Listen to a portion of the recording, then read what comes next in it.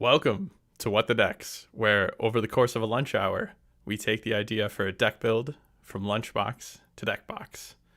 I'm your host, Skylar, and yes, this is a spin-off show of our podcast, What the Hex, available everywhere podcasts are found. As a plug, we recently released an episode to serve as a deck building guide, which almost couldn't have been timed any better. Was actually hoping to announce the show during that episode, but wanted to make sure I could get this live, get this going. So held off on that announcement. What the Decks? So this is going to be a weekly show. It's going to be live streamed every week, and it will be on YouTube during that live stream as well as after that live stream. The idea is to, over time, build up another deck building resource for the community and focus on deck building, particularly with the Nemesis decks. So a lot of the times you're going to see these episodes named Warband plus Rivals deck. I don't want to number these episodes because I'd rather continue to try to keep them evergreen for the pairings that they're going to be about. But they will come in a weekly cadence, and they'll often reference previous episodes.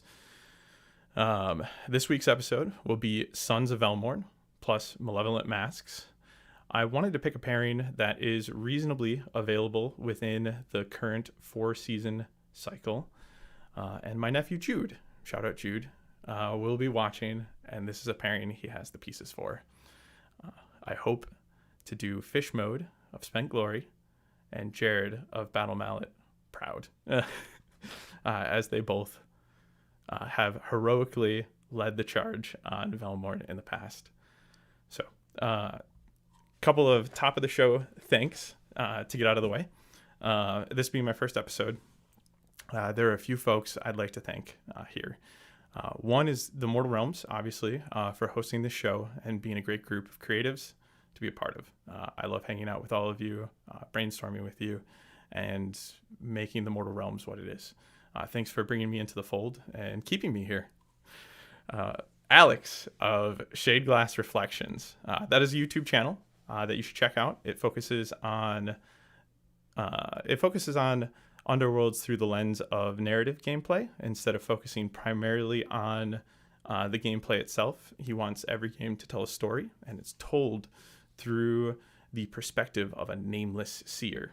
And the reason I'm shouting out Alex is he might not know this, but he motivated me greatly with getting this episode off the ground today.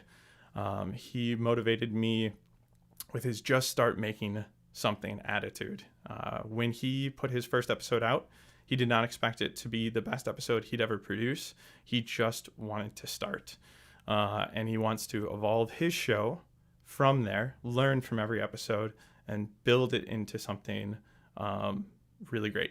And I want to take that same attitude and apply it here. So this is a show I hope to evolve and grow over time. For today, I just wanted to get started.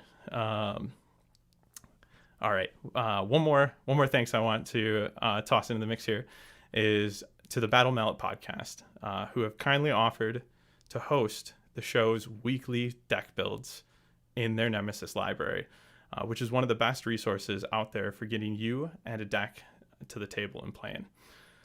Additionally, they released an episode this weekend that covers the pairing I'm going to be building today, and a pairing with Sepulchral Guard, which I think is a good one as well. I've held myself off from listening ahead of this episode today, as I think it will be fun to compare post-build with what they were able to come up with. There was some loud noises for me there. Still getting used to streaming. So, all right. Okay. I'm going to crank down some desktop volume real quick. Hold on. Actually, there we go. All right. And with that all out of the way, let's deck build. Let's get to what we're here to do. Take an idea from Lunchbox to Deckbox. All right. So here up on my screen, I have Underworlds DB. So this is going to be the platform I deck build in probably for every episode, unless I ever do like any table builds. It is my favorite deck building platform, probably just because I've been used to it for so long. It was the one I latched on to when I got into the game, and it continues to work well for me. So we have a clean slate here. This is the Want the Decks login, so no decks to load, starting completely fresh here. And we're going to be building, like I said, Sons of Velmorn with masks. So let's go ahead and pick them out of our list here and refresh our data.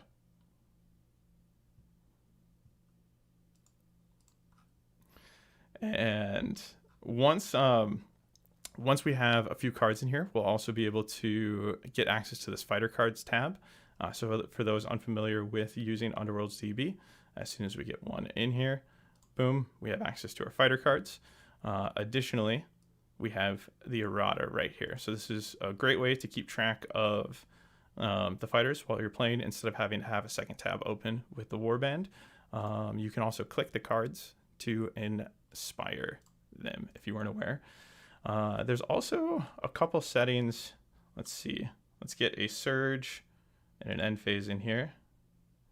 All right. Yeah, so those are currently grouped. We don't want those grouped, so we're going to do change card sort options. This is going to make it so that we can see that we're aiming for those 6 surges and 6 end phase. And then it's also going to split your gambits and your upgrades up a little bit. Like it'll actually split spells out. It'll split cards that are specifically restricted to others. Those will get split out as well, so we can really see what we're working with here as a whole picture. It's always going to be championship legal. Well, actually, no, that's not true because of the amount of restricted cards that you might find in the Nemesis pairing. But regardless, we're just going to toggle over to Nemesis so we can see here that we currently have 1 surge. It's another way to see that on the fly. All right. So this is particularly a build I've done once previously when we were reviewing the Malevolent Mask stack. It was one of the things I tried out to just get a read on masks as a whole. And that was with physical cards at the time. So I shuffled that up, played it, and then didn't write it down. Really liked the build at the time, but could not tell you what I built if I tried. So this is going to be pretty fresh, and that's slightly intentional. So like I said, not only do we want to pick for the first few episodes here, at least, pairings that are going to be reasonably available to the general audience within the 4-season cycle. But for this first one, I really wanted to pick one that is a warband I'm not overly familiar with. And I've played them less than 5 times probably total throughout their life. Maybe I've hit that 5. But I wanted to approach this the same way a lot of people are going to be approaching this. Not with a warband that they're overly familiar with, but with one that they want to explore.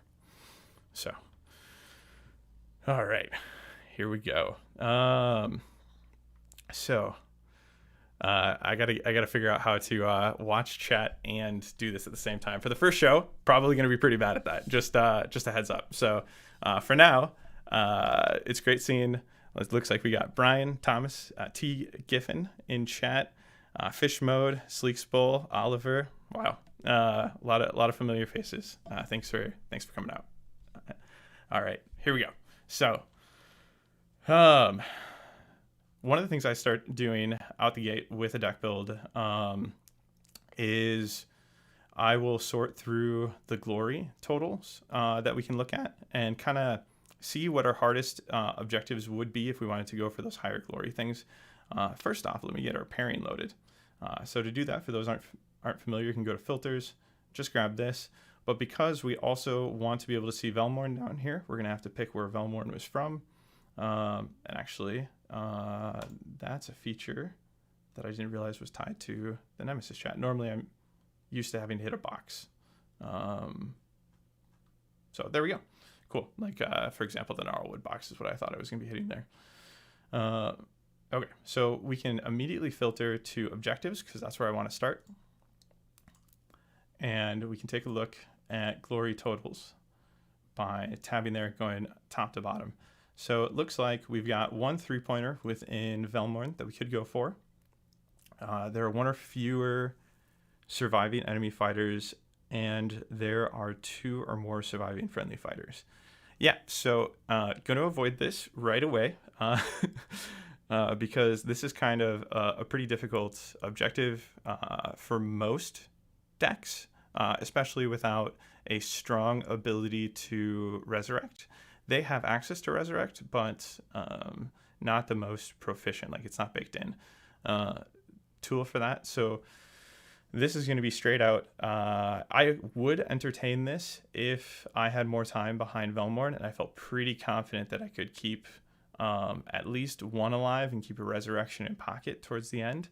But also cranking the enemy down to one or fewer is a pretty tall order. Not the worst card in the world for 3 points, though. What I am going to lean us into is Completed Pact. So with Completed Pact, score this in an end phase if there are more surviving friendly fighters with mask upgrades than there are surviving enemy fighters. Actually, no, not this one. It's not the same name I thought it was. Hold on. There is a 1-pointer that flexes up to 3 in masks. And it has 3 completed masks. I think it's Victorious Veils. Yeah, so this is going to be the 3-pointer that I want to strive for today. So score this in an end phase if 3 or more surviving friendly fighters each have a mask upgrade. And then we can score this for 1 or 3 later on. The reason I'm tossing this into the deck and making it our goal card is, 1, it's got the flexibility of being scored early on if I think it's going to be unreachable later and I have met the requirements. But ultimately, I'm going to try to hold this one into the deck for those 3 points. And then we're going to try to bake in a little bit of resurrect to make this work. Pretty much the game plan is going to be keep 2 alive, resurrect a 3rd, be happy if we don't need the resurrect. All right, so, and initially I just added cards in here to get access to fighter cards. So I will break one of these out here. Let's see, score this immediately after an activation if a friendly leader is the only surviving leader. That's a tall order for 1 point. So at the very least, I'm going to start with that out. What I like to do is I like to build up a options pool. So as we work, it won't just be cards that I 100% feel good or bad about. It'll definitely start with the cards I feel really good about, but that might immediately get us a list over 12. Very often in Nemesis it doesn't, so I'll need to add in what I think is going to be attainable, and then we might have to trim from there. Additionally, I like to keep the objectives not locked in until I've visited the other columns, so we might get a base going here, and we'll move over.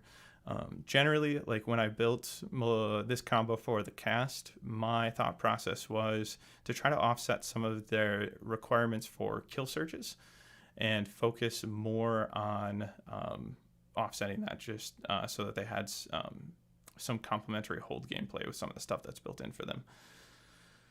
All right. Fun note, just hit the chat. Absolute Monarch scores immediately if you go first against Storm Coven, since they don't start the game with a leader. That's fantastic. There are some really fun niche interactions in the game, and that would definitely be amongst them in my book. Okay, so let's see. Is this one that we can just leave in here? Score this in an end phase if there are more enemy fighters out of action than there are surviving enemy fighters. There are more enemy fighters. So kill over half of them. So using the Storm Coven for an example here, we'd be looking at killing 2 of them out of the 3 to score 2 points. I'm generally not the biggest fan of these. I tend to not play aggro. So we're going to hold on that. I'm going to leave it in here. It's going to be in the potential category here. But for now, let's keep looking at our options. Let's actually start with surges now that we kind of have a first goal card out of the way.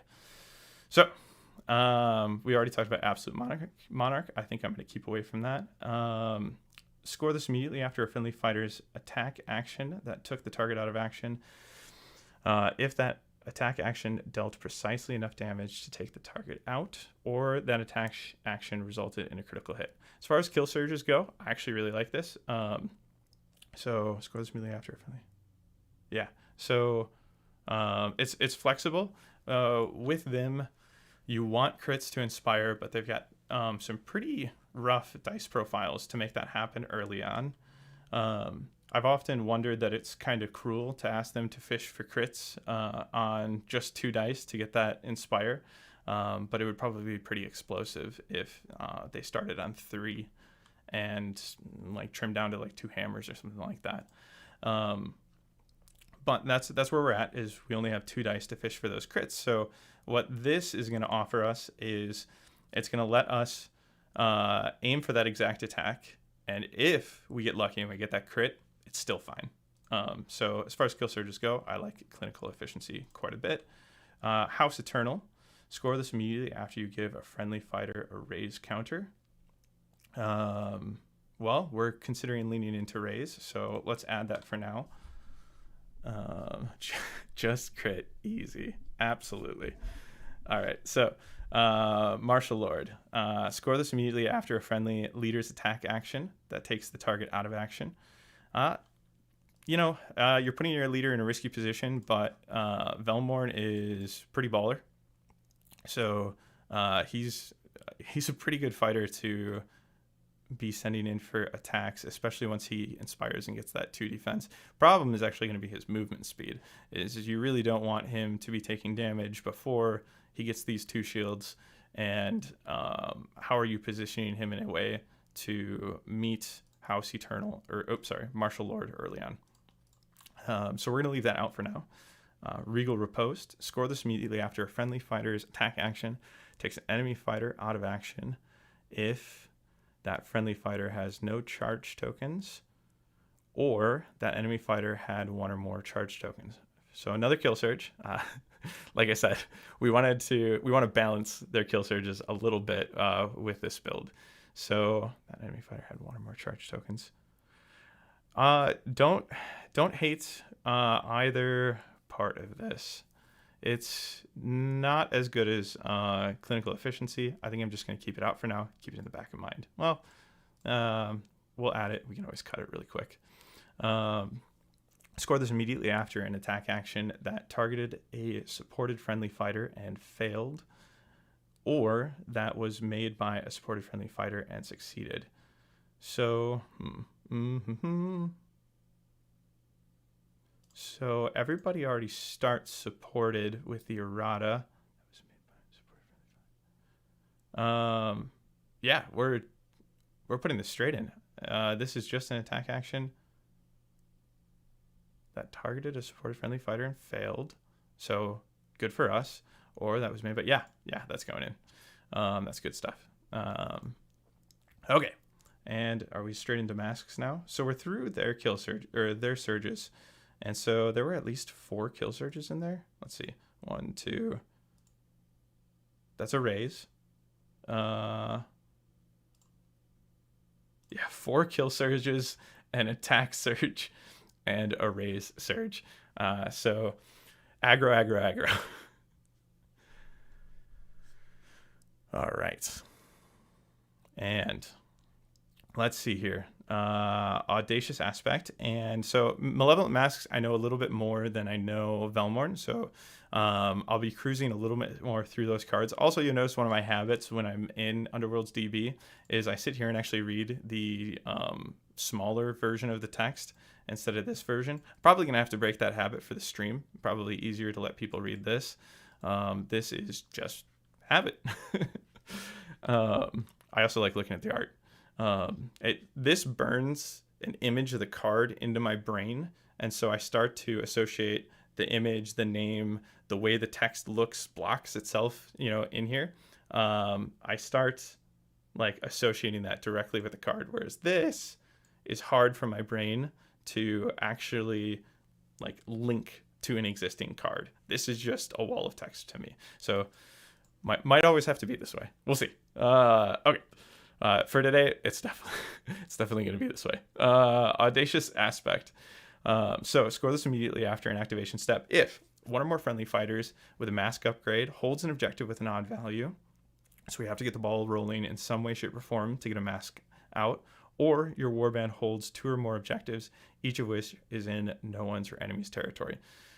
So I like this quite a bit for the first of those 2 requirements. The second one, we're slow, we're fragile.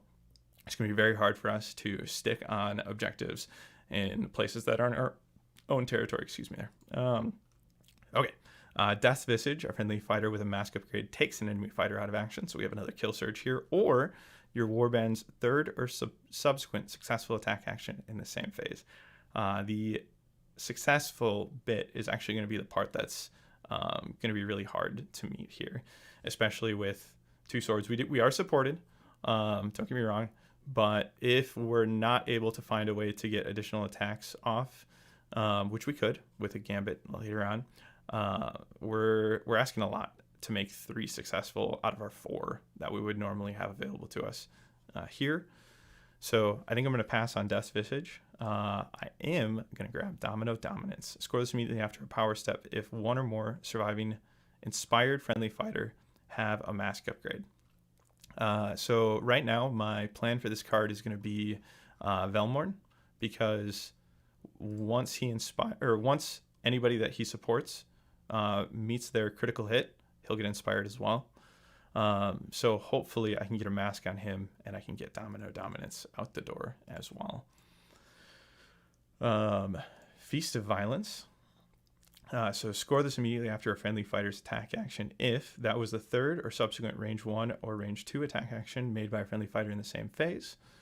And each of those attack actions was made in a different activation step. So this card is a bit slow. It's going to take 3 activations to get to it, and that's assuming you took attack actions in all 3 of those activations.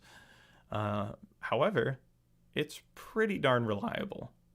So I think we're going to take that. And Slaughter Satisfied. Score this immediately after an activation step if there are more enemy fighters out than there are surviving enemy fighters.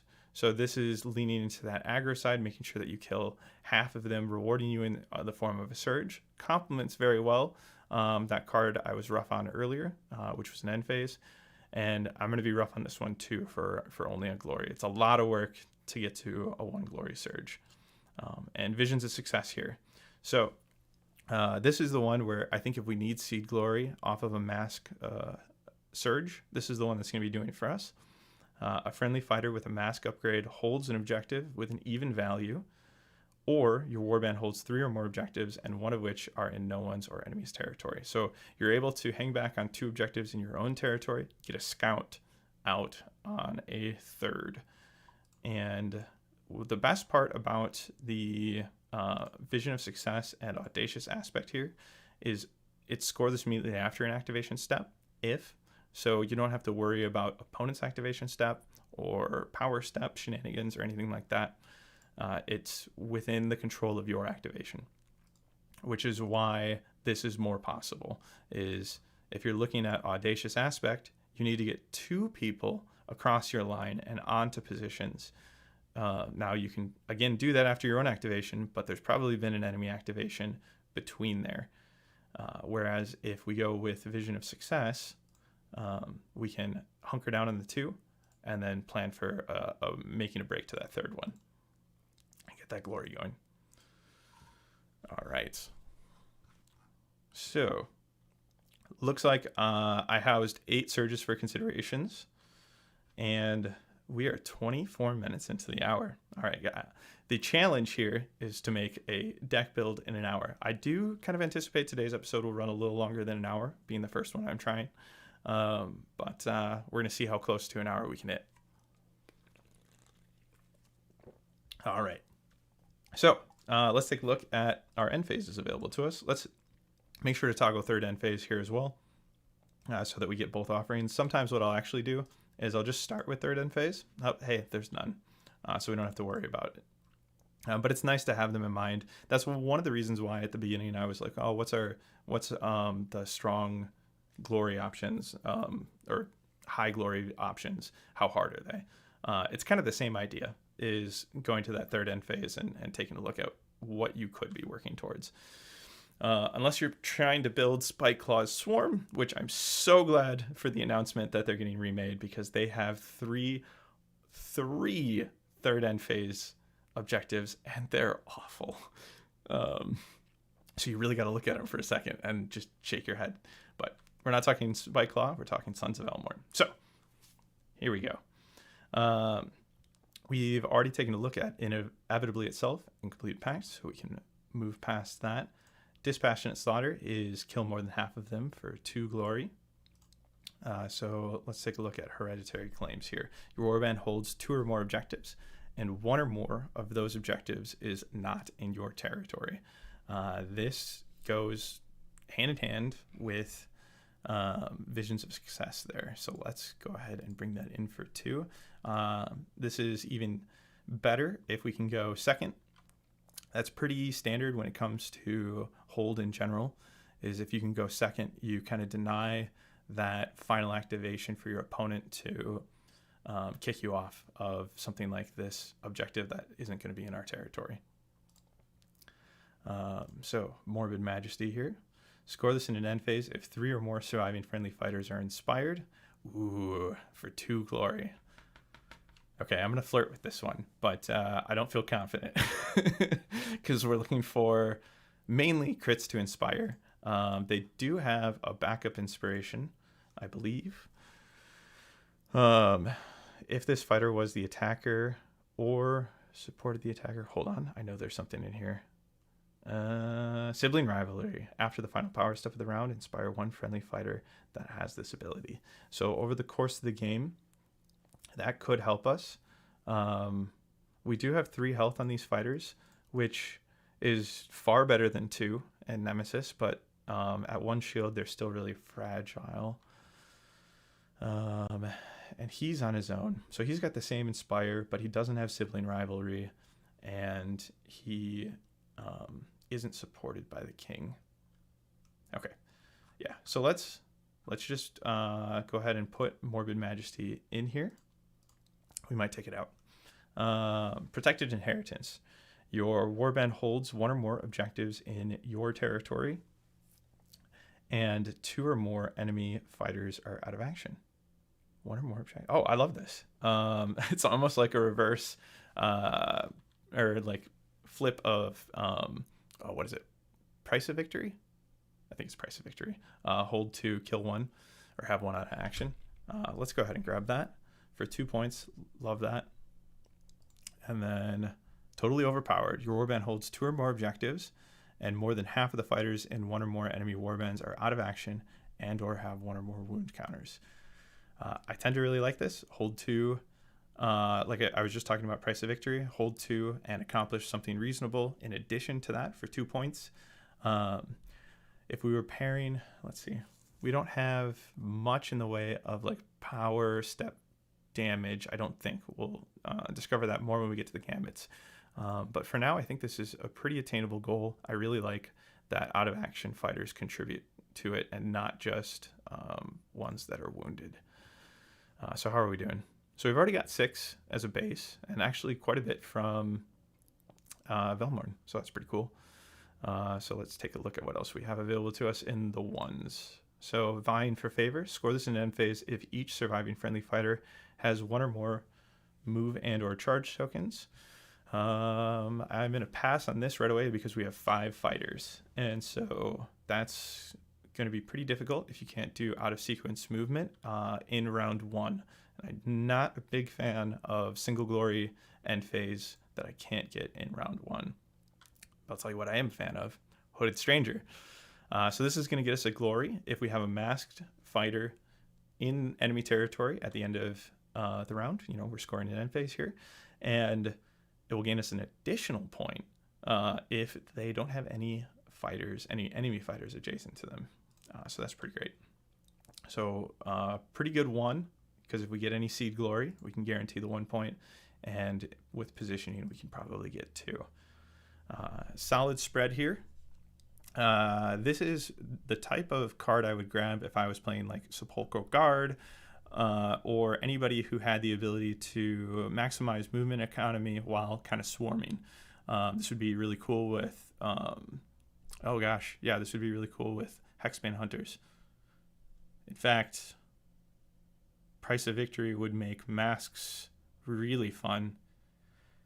Okay. That's got to be something that I try at some point. Stoic appearance here. Score this in an end phase if one or more friendly fighters with a mask upgrade are holding an objective. I don't hate this.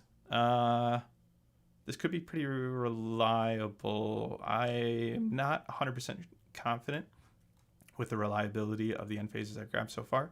Let's just toss it in there. That'll be on the trim. All right, so we're 30 minutes into the episode, 30 minutes into the build. Let's take a look at the next stuff. It's going to be Gambits. So no spell wheel appeared, so there's no spells available, but there would be a spell wheel that would allow you to directly look at those if you'd like. So ploys is what we're going to be diving into here. And actually, before we do this, we're playing with Malevolent masks. So let's go straight over to upgrades because we need to grab 5 to 6 masks as kind of a base if we're planning on scoring any of the stuff that's relying on those masks being present. So let's grab just all 6 of them right out of the gate.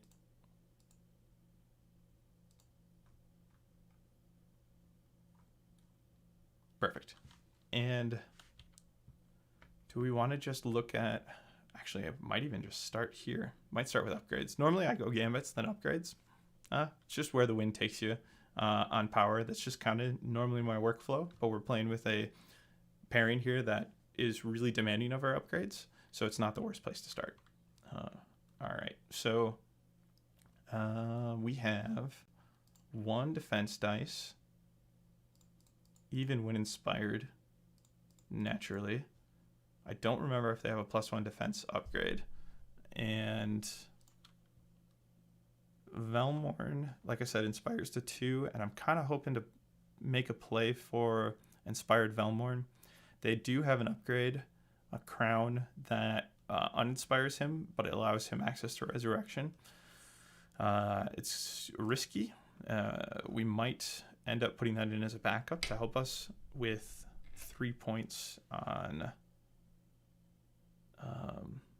3 points as well as our surge for raising on Victorious Veils was the name I was looking for there, but we'll take a look. So there are only 4 other Malevolent Mask upgrades that we need to consider here. I really like Menacing Posture.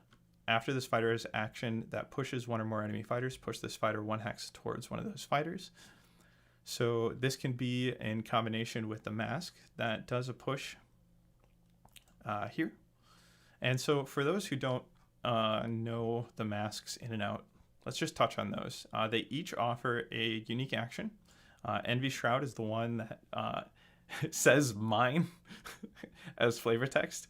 And the reason for that is it's the only upgrade that fighters are allowed to have. Since you put this on a fighter, if they have previous upgrades, they break. You can't put other upgrades on them outside of masks, but the only reason you do that would be to break Envy Shroud.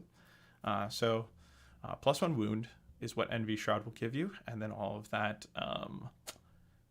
holding you hostage shenanigans from there. All right. The Echo Guys, this is one of my favorites. This allows you to pick 2 objectives, rather feature tokens on the map, flip them with each other. So swap them with each other. Shouldn't use the word flip there. And then you also get a defensive bonus for the fighter that did this action. They get essentially cover as successes until the end of the round in which they took this. And they can leave the feature token they were hanging out on when they performed this swap. They have to be on one of those feature tokens. Eternal Smile. This is take an action, get +1 damage to range 1 and range 2 attack actions other than sizing until the end of the round. Excuse me. The Frostbitten Veil here is the reroll 1. Take an action, you can reroll each dice in this fighter's attack rolls until the end of the round. Howling Hood. This allows you to push an adjacent fighter up to 2 hexes away from you, as well. Well, it doesn't necessarily need to be away from you. It just allows you access to pushing an adjacent fighter up to 2. And then you get to stagger the chosen fighter. This is why I was like, oh, we should run down the masks real quick, is because menacing posture can trigger off of the shroud. It also triggers most commonly off of drive back, and so that's one of the reasons I really like it, is I'm going to be able to drive somebody off of a objective or feature token that I need to be on, and then follow it up with a reaction getting me onto that location. There is some additional shenanigans with the power cards in masks. So like there's one that lets you take these actions out of sequence. So is this after an activation? No, not after an activation. So during power step, you can activate the shroud and get in with menacing posture. All right, and last one, Vitrix's Eye. This is the one that looks like Combustion Man from Avatar: The Last Airbender and is just a laser beam.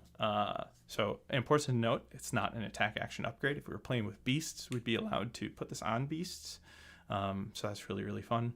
But you can't take a charge with it because it is a named action. You can't move and take a named action to complete a charge. So there's our upgrades. And let's run in here with, let's see, Dark Humor. So you can reroll 1 defense dice in this fighter's defense rolls. We do really, really need to survive attacks, and we're only on 1 dice. So I don't hate that. Let's consider bringing that in. Placing figurine, displacing figurine. So as an action, pick an objective in enemy in an empty hex. Place this fighter on the objective you picked. Give this fighter 1 charge token, then break this card. I don't think we're going to have room for it. It's not the worst thing in the world, but we have a lot of things vying for actions already, and I'm not sure we really need to be anywhere much outside of our own territory. This is really good for like watching them invade into you and then just scooting away. Or getting that deep objective that you need to be in enemy territory. So let's get Menacing Posture in the build. And Unassailable Stance is a card I despise. -1 defense to a minimum of 1. Funny enough, it actually is probably at its best here in a build like this, because you're not really reducing the defense. You're staying at 1, and you're unlocking dodges as successes in this fighter's defense rolls. However, that's only increasing your chance of success by 1 facing with this warband. It would be much better if you had somebody who was on 1 dodge inherently, because this would then give them 2 additional facings. So, all right, let's see. So let's go over to, yes, their faction upgrades, which we can do just like that. So we have 20. They're always going to list them in groups of 10 unless you sort them some other way. So the first set here is Velmorn. So Experience of Ages. This fighter's range 1 and range 2 attack actions have Ensnare, and you can re-roll successes in the attack rolls of those attack actions. Hold up. You can re-roll successes in the attack rolls of those attack actions. So this is to help you fish for crits. I forgot this card existed. I like that it gives you Ensnare. We have a pretty packed upgrade deck already. And mind you, we're probably going to cut a few of these. Probably 2 to 3 of these cards are going to get cut. But I don't think we have room for Experience of Ages. All right. And I'm not sure this card's good. Familial Bond. All right.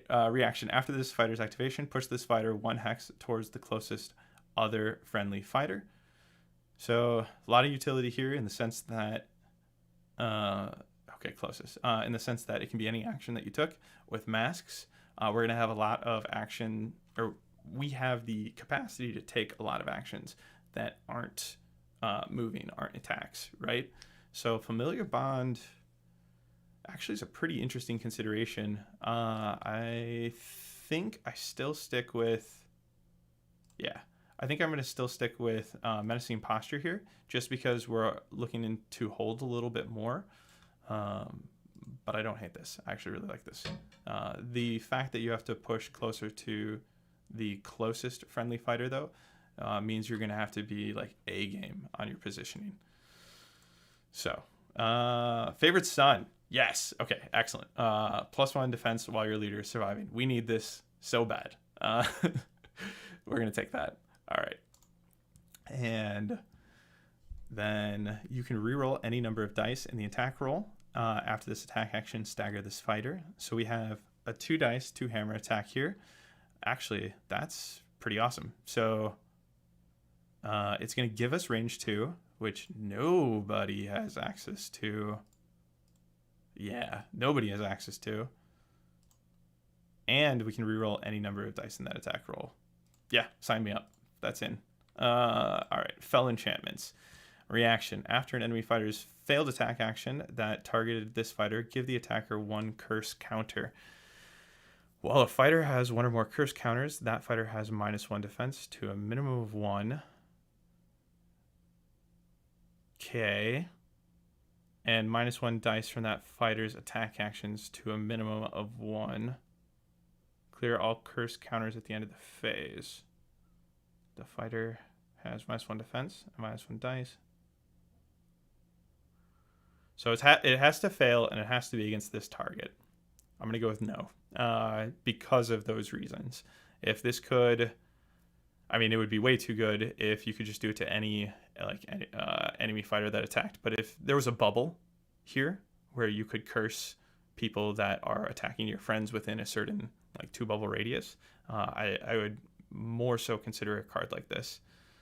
Yeah, okay. So on to the next, Heirloom Weapon. +1 damage to this fighter's range 1 and range 2 attack actions. We have a great strength there. Yeah, let's try it. Nothing wrong with a great strength. Lord of Bones. After this fighter's deadly command reaction, so this is, leader restricted, push each friendly graveyard up to 1 hex towards the enemy fighter closest to this fighter. Okay. So all closer to your leader, though. Push each friendly graveyard up to 1 hex towards... Oh, sorry, the enemy fighter closest to this fighter.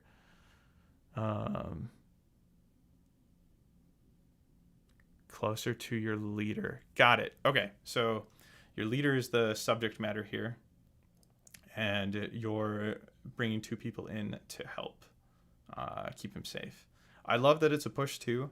I actually love that it's leader restricted because I really like salvage fuel. I don't want salvage fuel strictly based on my leader in this deck because I'm thinking my leader is quite a bit of the game plan here. So I really don't want to be salvaging anything leader based, but I'm not sure this is going to work quite to our liking here. Man, after the deadly command reaction, that happens twice in a round now. That's at the beginning of the round and whenever I move the king. Man, I'm going to push each friendly graveyard up to 1 hex towards the enemy fighter. Closest to Vel. We're going to put it in. We're going to see if we have room for it. During an enemy fighter's attack action that targets your leader, after the attack roll, push this fighter up to 3 hexes to a hex adjacent to the attacker. This fighter is now the target of that attack action. So I love this. This is tossing your giant 5 wound fighter in to help your king anytime that you can within 3 hexes. But man, we're already at 12 cards. This is usually, so when I've played them in the past, this has always been a fun card for me. And it can definitely save your bacon. But usually it's broadcasted a little bit, right? So I've already played this. People know it's going to come, I have that choice. And so they're kind of planning on you to react with Praetorian. So I think in this case, it's not going to quite make the build. I can definitely see it in other builds, though. It's a really fun card, and being able to soak damage onto your tank is really good, as well as then kind of have that support position going forward. All right, so Proud Son, if you can reroll 1 attack, you can reroll 1 attack dice in the attack rolls for this fighter's range 1 attack actions. Well, we're crit fishing, but I don't think we're gonna have room for it. And the last consideration here, the Crown's Curse. After the final power step in a round, place one friendly graveyard that is out of action on a starting hex in your territory. First power step. Okay. Give that fighter one raise counter. Then give that fighter wound counters until that fighter is vulnerable. While this fighter has one or more command counters, +1 dice to this fighter's Baleful Tombblade, and this fighter is uninspired and cannot be inspired. So it says raise, and we are not only running masks, but we're running that surge that's looking for a raise counter. So we're gonna take it with, try it out. You got to be really careful with this because you're sacrificing his defense. But you are, was it 1 dice or 1 damage? +1 dice. So you are increasing the odds of getting to that Grievous as well as cranking up the accuracy. So your maximum output here is 3 damage, whereas here your maximum output is 4 damage. But you're more likely to hit this 3 damage here. Yeah. Ultimately, I think we're going to need it for our objective package. Okay, so if we go to Gambits, 46 minutes into the episode, I think we're going to run a little over on this one, but we'll see what we can do. All right. So let's start with the masks upgrades, or Gambits here. So Unveiled Ambitions. So this is going to allow us to kind of forgo bringing along like the full 6 masks, because what this does is search your power deck for a mask upgrade, one of your choice. So not only can we kind of count this as like a mask slot, but we also get to count it as a mask of our choosing. And we have a lot of pressure on our upgrades right now. So I think this one's going to make it in. Reveal that card and add to your hand, then shuffle any remaining cards in your power deck. Unexpected Arrival.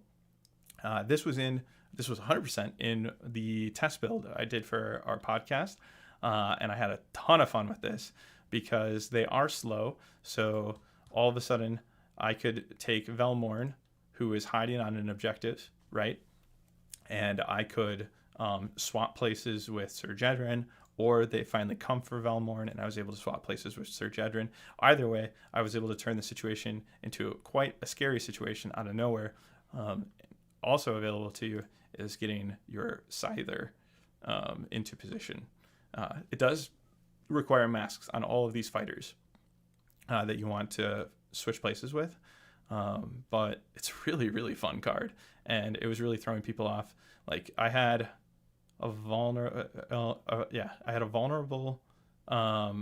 fighter. I can't remember which one. I think it was Sir Jedrin, and he's a large fighter, and I was like, man, he's going to give up 2 glory. I need to get him out. And Velmorn had already used the Echo guys and was on 2 dice. So all of a sudden I'm 2 shield on cover, and I've now teleported to where my vulnerable fighter was, who had like 2 people around him. And I was like, all right, who's ready to take some Baleful Tombblade to the face? Because I'm not moving. And we're gonna toss it in, if nothing else, for having that fun that first time around. Taking Over. This is a card that I'm absolutely taking as well. This allows us to use a mask's ability without having to use an action like within the space of an activation. We can do this during the power step. So absolutely want that. And then Shuddering Violence. Choose a friendly fighter. Stagger the chosen fighter. Off to a bad start. +1 dice to the first range 1 or range 2 attack action made by the chosen fighter in the next activation. If the chosen fighter has a mask upgrade, you can reroll an attack dice in the attack roll of that fighter's first attack action made in the next activation. +1 dice is great. Being able to reroll once I have a mask, also great. Might be too steep of a cost in this build. I don't really want to be staggering any of my graveyard if I can help it. If I was playing Sepulchral Guard and I really wanted people to die so I could resurrect them, then I don't mind the stagger, and I love the benefits. So, Scrabble in the Dirt. This is a card that can be a blast, but often continues to not make the cut for me. When I have put it in, loved it. But for some reason, it's just always that 11th card. So pick a Gambit with the Malevolent Mask symbol in your power discard pile, add that card to your hand, then discard one power card. So,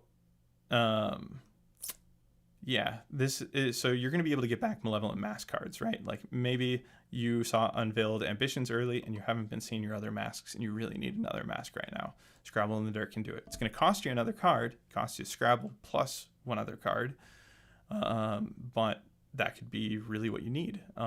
Or Unexpected Arrival. All of a sudden you're switching places again with somebody. I think Scrabble might have actually been my first build because I'm pretty sure I got to use this twice. And taking over is great, like being able to activate the masks without activations twice. So that's the power of Scrabble in the Dirt, but I'm not sure. We'll put it in. We'll see if it gets cut again. I'm pretty sure it's going to get cut again, even though I really love what it can offer. Revealed Aspect. So draw one power card, or choose a friendly fighter, including fighters who are out of action with one or more upgrades. Add one of those upgrades to your hand, then give the chosen fighter one upgrade from your hand or power discard pile. Do not spend any glory points when you do so. So I think this is going to be pretty crucial for us. I love this card. I think it's actually my favorite card in Malevolent Masks. Well, actually, I'll just plainly say yes, favorite card in the deck. Not only can it replace itself if you don't need it, but often I find I do need it, especially when we have fragile fighters like this. We can recover a mask that we've lost, and swap it out with some junk. You can also swap it with something from your discard pile. So you're essentially taking something that you didn't need and you're putting it on a dead fighter. That's pretty great. Or you can recover something from your discard pile that you really needed and get it on somebody alive. So a lot of application here. We're going to toss it in. Possessive Crouch. Choose a friendly fighter. Give the chosen fighter a guard token. If the chosen fighter has a mask upgrade, stagger each fighter adjacent to the chosen fighter. We don't have enough to justify guard tech in it here. So guard tech is most justifiable when you're on dodge and when you're on multiple dice. Or when you really, really need to hold and you can survive the hits. But when you have shields, you're not getting enough facing benefit by increasing to that one dodge facing on your defense, especially when you're only on one dice. So we're going to pass. Maskborn. Choose a friendly fighter with a mask upgrade that is out of action. Place the chosen fighter on a starting hex in your territory. The chosen fighter then makes one action. After the following surge step, the chosen fighter is taken out of action. When the chosen fighter is taken out of action in this way, they have no bounty. So this is great. We're going to be able to bring somebody back who got a mask on them. Maybe we slipped a mask onto them with Revealed Aspect. We're going to be able to bring them into our territory. If you recall, a lot of our objectives that focus on holding are hanging out in our territory. So this is exactly where we want to live with the build I'm aiming for. Maskborn is in. Hooded Rush. So choose a friendly fighter with one or more upgrades. Doesn't matter what type of upgrade. Push the chosen fighter one hex. If the chosen fighter has a mask upgrade, you can push the chosen fighter up to 2 hexes instead. Massive push. This is just great. Yes, it requires Seed Glory to get access to that push. But for something like Hooded Stranger, this can just score you Hooded Stranger by making sure that your positioning is isolated. And I mean, push 2 is incredible. It's going in. It's not getting cut either. That's sticking around. Funnel Soul Stuff. Worst card in the deck. You can heal 1 each friendly fighter with a mask upgrade. Deal 1 damage to each other friendly fighter. The heal is optional. The friendly damage is not. Enough said. All right, Velmorn. We're on to theirs. Awesome. Play this after an enemy fighter's attack action takes a friendly fighter out of action. If the fighters were adjacent to each other, deal 1 damage to the attacker. Okay. Play this after an enemy fighter's attack action that takes a friendly. If the fighter were adjacent. Okay. So the adjacency here, requiring that when I die, they were adjacent, is rough in this meta. This is kind of a meta call. I mean, you don't really want to lose somebody just in general. And if you're going to, dealing a damage on their way out is nice. But there's so much range 2 and range 3. I like to build decks thinking about a best of 3 in mind. And with a best of 3, if they know to just keep their adjacent fighters or like their range 1 fighters and attack profiles away from you when they do the killing blows, then that's enough to navigate around this card. And that's enough to not bring it in a best of 3 or in this meta right now. So we're going to leave that out. Surprising swiftness, +2 move to the first friendly fighter other than a large fighter to make a move action next activation. We are slow and we want to hold some objectives and we might need to hold them in enemy territory. Yes, we're taking this. Spike of Terror. Choose one enemy fighter within 2 hexes of one or more friendly fighters. That fighter's player picks 2. You push the chosen fighter 1 hex, or you stagger the chosen fighter, or you give the chosen fighter 1 move token. Okay. This card slaps. So a lot of the time, you're not going to get the 2 that you want. And in the way that charged out works, you're probably never going to get that move. But to be able to push them, to be able to stagger them, that's all really great. And if they ever do take the move, well, then they are not charging out their warband for that round. Assuming you chose somebody that doesn't already have a charge token on them. Yeah, I like Spike of Terror. That's cool. Let's see if we can't play with that. Heal 2, 1 friendly graveyard. I've had this card work so well against me. I traditionally don't run heal tech. I just don't like heal tech. Most of the time. Maybe it's a me thing. Maybe it's a playstyle thing. I like to lean more into the offense with, well, I mean, that's not even true. I just don't run heal tech. And this can sometimes work really well. Like if they're trying to chip you down with, 2 damage attacks, you're vulnerable. And then boom, all of a sudden you're healed. Also, at the crown, this can take somebody that you just resurrected and bring them back to full, assuming you have the combo. Okay, we'll slot it in for a second. I think this is just an aversion that I have. Okay, Rise Again. Remove 1 command counter from your leader. So I'm most excited to look at the command counter cards. In fact, sometimes when I'm really excited to play with a particular aspect of a deck, or I need a particular aspect of a deck for the objectives to work, I'll just search that within the search field. On my own, I probably would have had a temptation to search for a command and take a look at those, but we're just going to keep climbing up the list here. Like when I'm building for Miari's Purifiers, I'll search for elementals real quick and then pick between the elementals I want if I'm running that surge, that sort of thing. It's just really nice to have the search feature here and be able to pick out keywords like that, especially for exciting things like the command counter. Okay, hold on. My voice is getting... I'm losing it. Dry throat. Okay, cool. So, Rise Again. Remove 1 command counter from your leader. When you do, place 1 friendly fighter that is out of action on a starting hex in your territory. Give that fighter 1 raise counter. Then give that fighter wound counters until that fighter is vulnerable. We want this if we continue to lean into any sort of raise. So I know we really only have stakes in that surge, but we also have stakes in having 3 fighters masked. And if fighters start going down, we lose that 3-point stretch goal entirely. So this can really be a lot of points for us. Up to 4 points is what this card can support.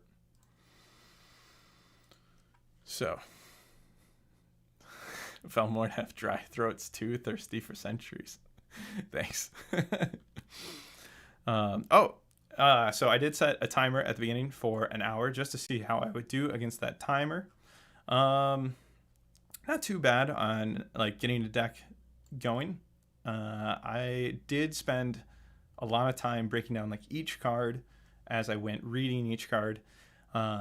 I'd be curious what your guys' thoughts are. Going forward on additional episodes, should I really dig into every card? I feel I almost have to touch on every card to explain why it's getting left behind over other options. There is 64 cards, so if I were to sit here and spend a minute on each, I'm already at 64 minutes, so the goal is absolutely not that. And I imagine within the next 10-15 minutes, we'll have a build here. So yeah, I'll continue to experiment with the format. Very curious how people are enjoying it. The goal right now is to finish filling out our Gambits and then come in and trim. And then once we've trimmed, we have a deck list. Sometimes when I trim, I'll be like, well, there was this other option now that I think of it, and I'll go back and add that in. But I think in this case, we should be good and wrapped after we trim. So I'm going to keep pressing on, but I hope you're enjoying the show. All right, here we go. Redoubled Fervor. Play this after a friendly Graveguard's failed attack action. When you do, you can remove one command counter from your leader. That Graveguard makes one attack action. If you removed a command counter, +1 dice to that attack action until it has been resolved. Oh, this is awesome. All right, so not only are we able to repeat an attack out of nowhere at reaction speed, but if we're willing to spend a command counter on it, we can boost it. I like that. Yeah. Is it a must? You can. It's a can. Okay. I wanted to verify. If it said remove one command counter. Well, no. The language here. If you remove, we were good from the get go. All right. So then, give your leader one command counter and one guard token. So you already heard how I kind of feel about guard in here. He is probably the best recipient of guard, but only after he's inspired is likely for that to be the case. It does get us. I think we generate command counters at a healthy enough clip. Like you're gonna get the one at the beginning, and then if you really need that second one, just kind of plan it. You're going to see your hand. You're going to know what you have. Kind of plan that activation out with him to make sure that you get that second one. We're going to pass on Imperious Will. So play this after a friendly fighter's successful attack action. This is Father's Pride. Give your leader one command counter, then push your leader up to 1 hex. Ooh. Friendly fighter's successful attack action. Yeah, if I'm going to be giving command counters, this might be the way to do it. Then push your leader up to 1 hex.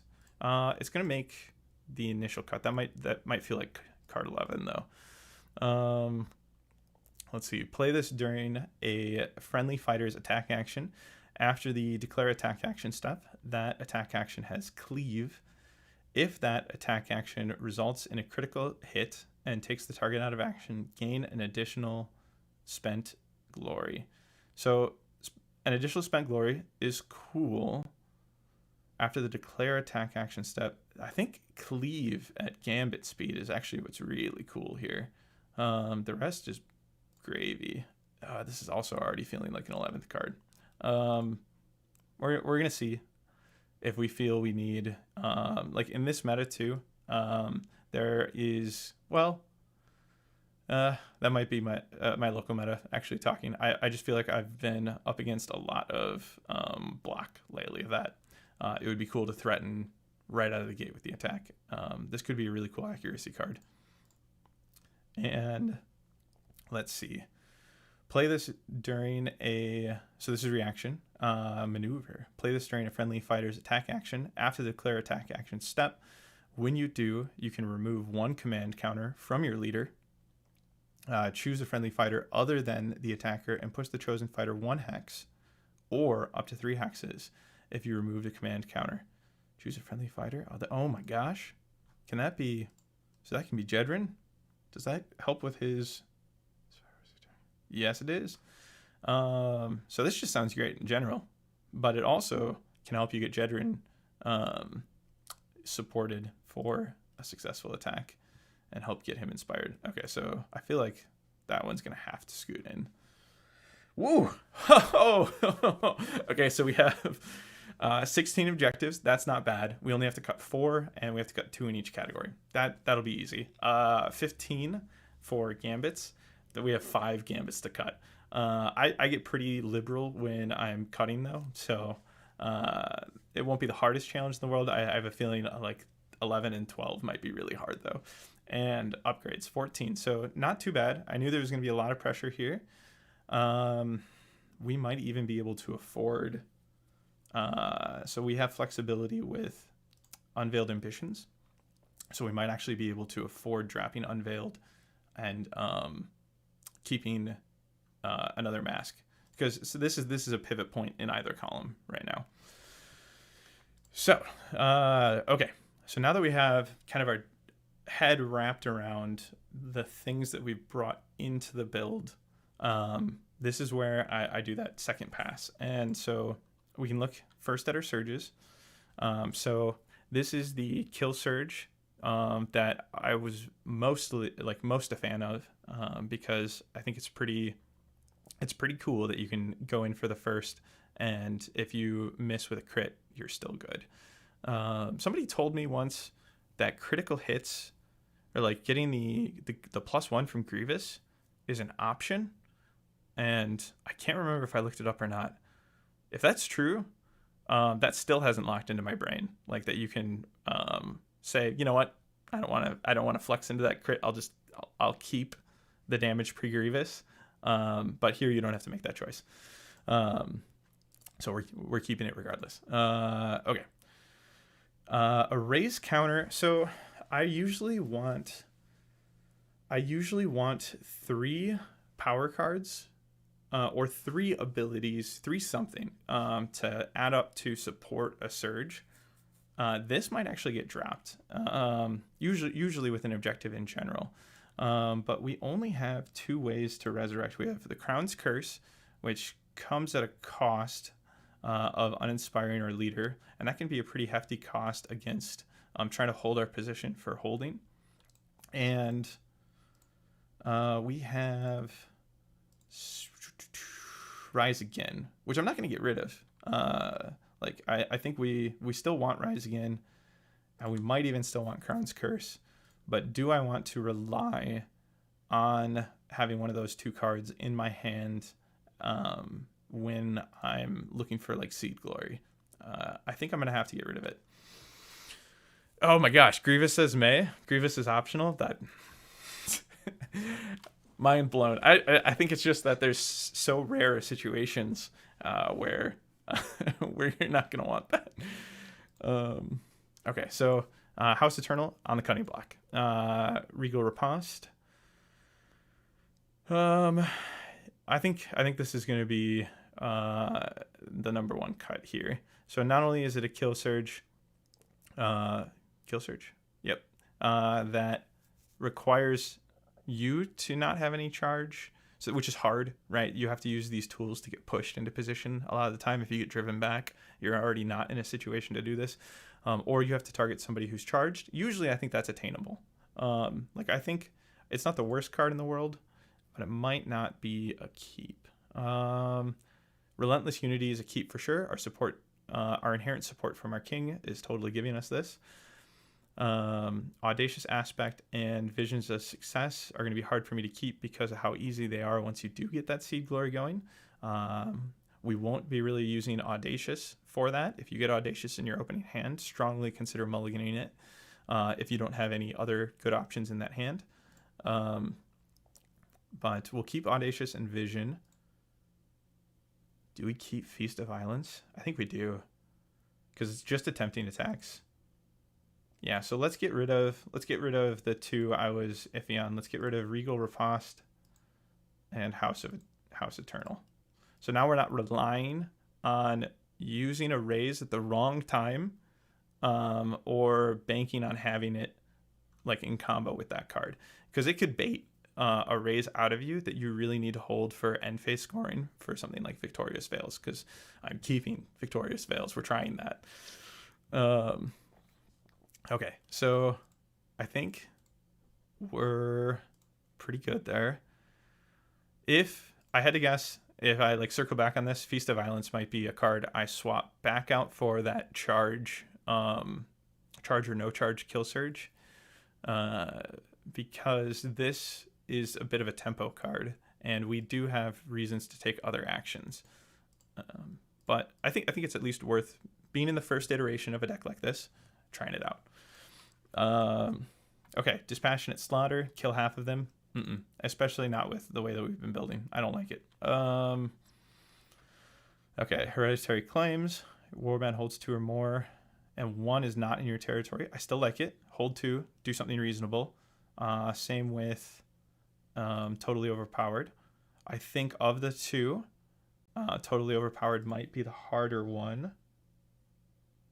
Yeah, I think Totally Overpowered is harder here. Morbid Majesty, man. Fish Mode, tell me.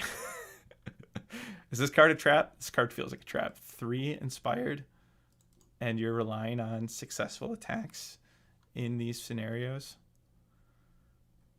Hold on, is it 3 inspired? That actually might be my answer right there. Morbid. Yeah, no, okay, here's our cut. And the reason is let's say we're down to 2. We've got that raise card on deck, and we need to raise like a masked fighter, and that masked fighter isn't inspired. Then we don't really want to go for this. We want to go for the extra points here. I mean, you can make an argument towards just resurrecting the inspired fighter and being in a situation where you're going to probably more reliably score 2 than this kind of goal card I've baked in here. But we are leaning really heavy into objectives, or sorry, into masks, and I don't want to pull us too far away from like the best things that masks can offer us. Your warband holds 1 or more objectives in your territory. I like Protected Inheritance quite a bit. It is harder against 3 fighter elite.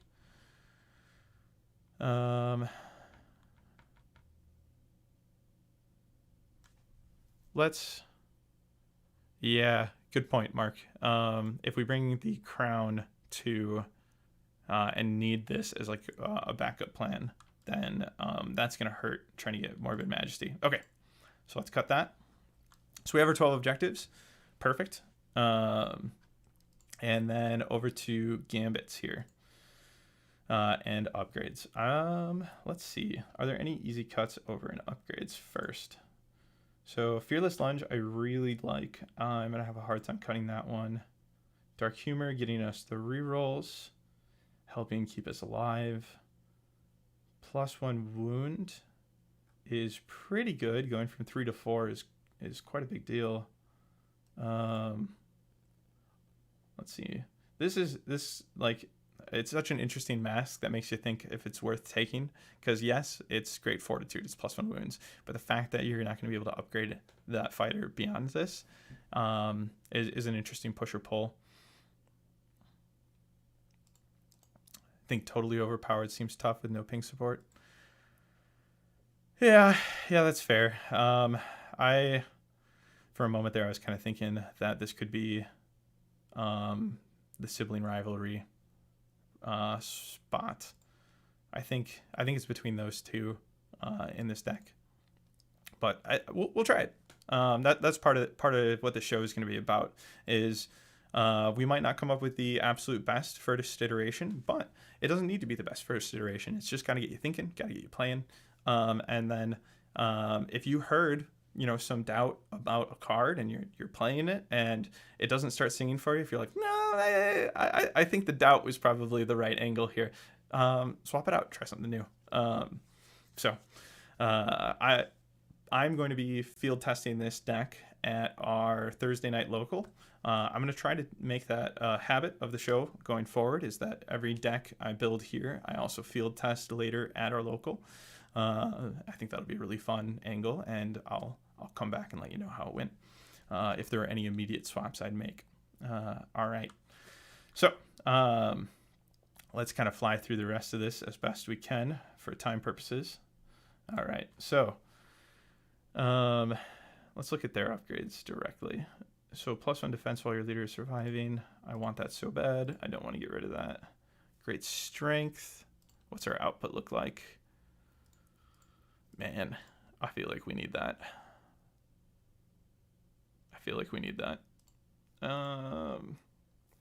After this fighter's deadly command reaction, push each friendly Graveguard up to 1 hex towards the enemy fighter close to this fighter. Although I love the amount of movement that is, the amount you can trigger that,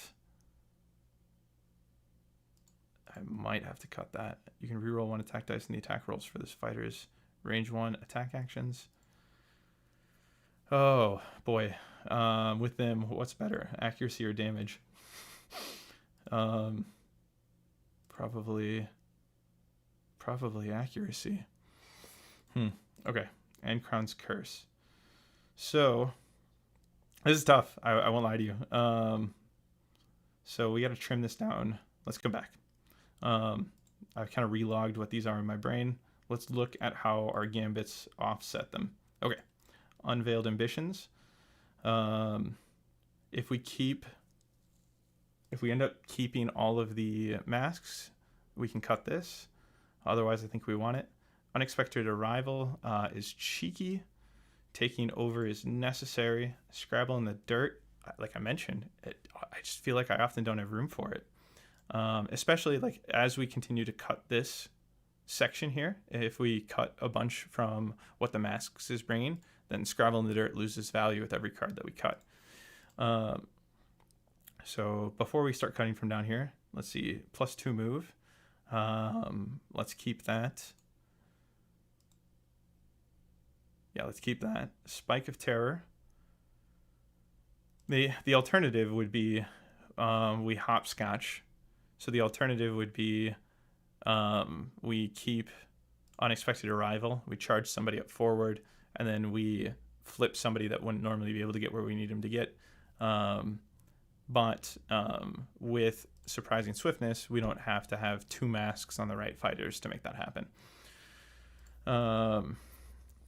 Choose one enemy fighter within 2 hexes of 1 or more friendly. So Spike of Terror, I really want to keep. I really like the bad options here, and I think it can help you out a lot. And this can be that reroll that you need. They're going to pick Stagger every time. They're not going to pick push and move. It's going to be Stagger and. So you want to bring that. Heal 2. Man, it helps with one of our resurrection cards, both of ours. So vulnerable.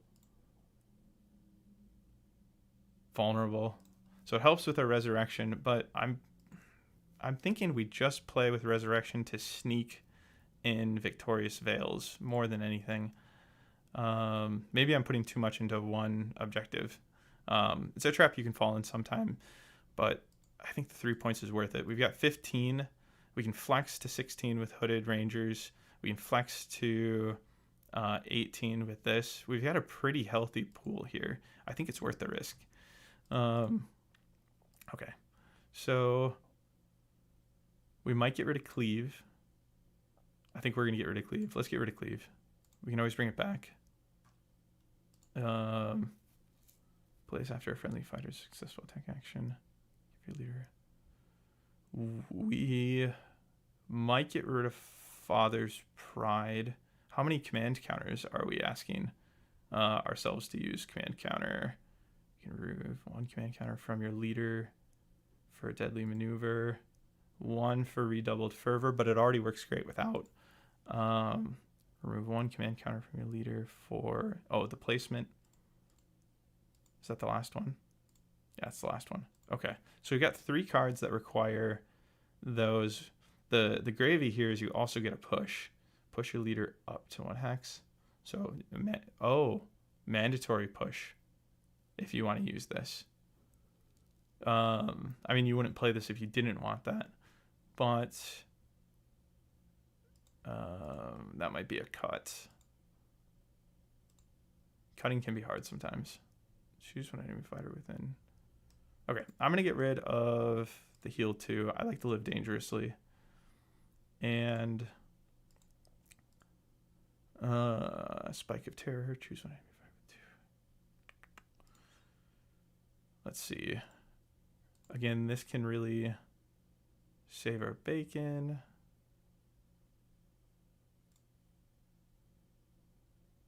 Graveyard's failed attack action. When you do, you can remove 1 command. I like that a lot. Father's Pride is the next up in this group.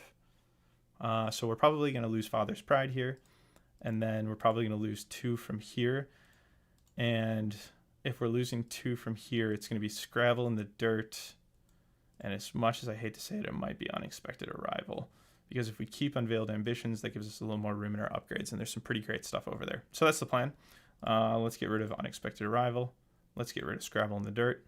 And let's get rid of Father's Pride. So we can always get him a mask, and we can use Hooded Rush. It's not quite the same value, but I think this is a pretty solid Gambit side of the power deck here. Okay, so we have, how many pushes do we have in here? That's the question I always ask myself. So we got one push, 1 resurrect. That's push an enemy fighter if they choose that, so we're not going to count it. That's 2 pushes, pop up attack. So we got 2 pushes available to us in ploys, and we're playing hold, which is another argument for the one that we just cut, where the leader gets to push the father card. Spike of Terror rarely works for me. All right, so you would have kept Shishin Infusion. Oh. No. Yeah, I can see that. I can see that. But I'm gonna play with this. We're gonna play with this. Let's see. I think so. If I were to get rid of Spike of Terror, I think I'd get rid of, or I'd bring back that leader push. Is what I would do, and I think that's where I would lean if I was forced to make a swap right now. Okay, so then we have Unveiled Ambitions, so we can cut a mask. So what mask is working the least for us? We don't really have range, so Vicious Eye can allow us that. If we're holding objectives, that can be invaluable. Howling Hood can push somebody who's in our way. This is probably up there on the cut, because Frostbitten Veil probably has more value here than it would elsewhere, given that you're fishing for crits quite a bit, and you're looking for swords as a base too. Yeah, so Frostbitten Veil is getting kept for sure. +1 damage. I mean, who doesn't want to be able to threaten that much damage? However, we have +1 damage here. That's the answer. We're going to keep Heirloom Weapons, and we're going to trade out Eternal Smile. What we lose here is Heirloom Weapons is Graveguard only, so we lose the ability to turn Jedrin into a 4 damage attack, or increase Velmorn's threat potential. But this is at the cost of an action. It has to be what we use Taking Over for, and I think you're going to choose Frostbitten Veil a lot in this deck if you can. Like, if you're fishing with Unveiled Ambitions, you're probably going to go get Echo Guys to help you with surges, or you're going to go get Frostbitten Veil to help you out, crit fish. All right, we have Unveiled Ambitions hanging out in the corner. Remember that might go into the deck name. Fearless Lunge, Dark Humor, Envy Shroud. Okay, so we have to cut 3 more. It might... Is Menacing Posture on its way out? I don't want it to be. Graveguard reroll. Deadly Command, reaction, push each friendly. This is so cool. This is so cool, especially if you get this at the beginning and you move. Well, wait, no. What am I talking about? You won't have glory for it yet. Yeah, we're gonna toss Lord of Bones. Okay, so we had to cut 2. Let's go. Oh man. I knew this would be hard. Really glad we kept Unveiled Ambitions to make at least a little bit more room. I think we're going to have to get rid of Proud Son. And I don't want to bring Crown's Curse, really. But I don't hate it either. Proud Son's gone. Do we get rid of Dark Humor?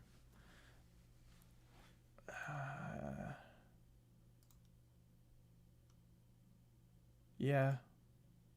I think we have to get rid of Dark Humor. Okay. So that's that. So that's how hard those final cuts can be sometime, and they're not necessarily the right answers. This is something that, like I said, I'll be field testing. I encourage anybody out there that wants to field test this to do so as well. And report back. Let me know what cards did and didn't work for you, what you would have swapped in. Do you agree with Fish Mode? I should have kept in Shishin and Fusion. He's probably right. I kept Crown's Curse, and I kept Rise again. So even, if I activate Crown's Curse twice, I'm probably going to really wish I had Shishin and Fusion. So maybe that's a regret that I'll experience. But here we go. We have a deck built with the combination of Sons of Velmorn and the Malevolent Masks. I'm happy with it as a kickoff. I think this will be a lot of fun to experiment with. And I really enjoyed this. I was straight nervous coming in. I thought I was going to throw up. I traditionally get nervous on stuff like this. Even the podcast, sometimes those nerves come back up when we sit down to record. Most of the time, it's just familiarity. Even with the podcast, a lot of that, even though I'll experience it occasionally again, a lot of it's eased as soon as I start in on it, right? You get comfortable, you get in a groove. I felt like I was able to hit that groove and do something fun here. So, all right. One thing needs to be done with this deck before we can call it wrapped, and that is a name. We need a good name. So in the future episodes, start thinking about names as we're going. I probably should have launched with that. I think since Unveiled Ambitions glitched out and hung out here in this corner, let's call this deck. Let's call this deck Velmorn's Veiled Ambitions, because they're all going to be wearing masks. That's the hope. Let's do it. All right, so this deck is the first deck to get saved into my What the Decks log here. Velmorn's Veiled Ambitions. Masks aren't a phase, Dad. Thanks for making me laugh there, Oliver. They are not a phase. They are awesome. All right. Well, we got the name, and we need a deck pairing to tackle for next week. So feel free to toss me ideas on Discord or on the YouTube channel if you want to leave me a comment saying what you'd like to see either for the next episode or an episode in the future. I'd love to hear from you. I'd love to make this a show about exploring things I wouldn't necessarily explore on my own. Occasionally, I'll bring in decks I'm super familiar with, and we can break them down. But I don't want that to be the main focus of the show. I want it to be this creative exploration together. I want to see if I can't trim down time a little bit. We're up against 1:30. I carved out more time for myself today from a work standpoint to be able to do this. But I am going to have to return to work. That'll be, the premise of the show is from Lunchbox to Deckbox. So in the meantime, until I see you again, I'll be giving this deck a test drive at my local meetup, and we'll report back on what did and didn't work, if there's any card swaps I decided to make immediately after playing. And I'll talk about that at the top of the show next week. And then we're on to the outro. So you can see this deck build and many more at the Battle Mallets Nemesis Library. And you can check out all of the Mortal Realms Network content at themortalrealms.com, as well as find a link to our Discord there. You can best reach me on our Discord or at my shiny new email address, whatthedeckscast@gmail.com. You can always reach the What the Hex cast at a similar email address, whatthehexcast@gmail.com. So copy and pasted their homework there. Thank you for watching. Hope to see you next week. I've been Skylar.